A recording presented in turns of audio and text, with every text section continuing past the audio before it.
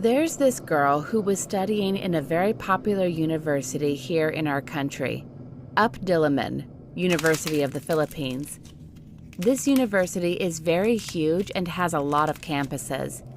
You need to ride a jeepney, a popular public transport here in our country, for you to be able to get to where you're heading on time.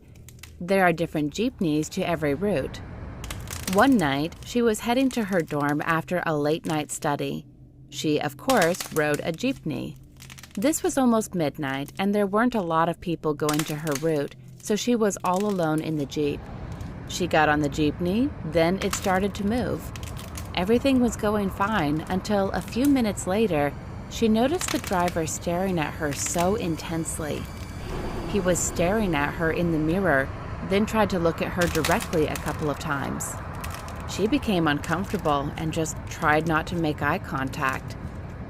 After a minute, she looked at the driver again just to see if he was still trying to check her out, and to her shock, he was still excessively looking at her for no reason. He would try to alternate looking at the road and at her since he was driving, but the way he was looking was so terrifying.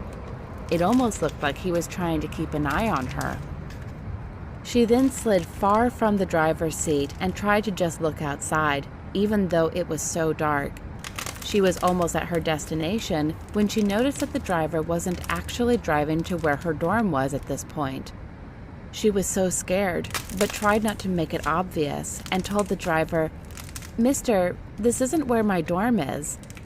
At this moment, the driver wasn't looking at her anymore and was just focused on the road.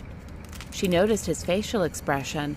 He actually looked like he wasn't hearing her and seemed very scared. At this point, the driver was also driving faster than he should. She was so scared, so she tried to tell him again, "Mister, this isn't the right direction. This isn't where my dorm is."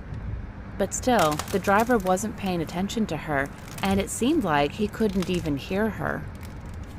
She almost gave up and just accepted her fate that something bad might happen to her. She planned to shout for help or just jump out of the vehicle if the driver stopped and tried to get to her. After almost 5 minutes of just driving, the driver then decided to go to her original destination.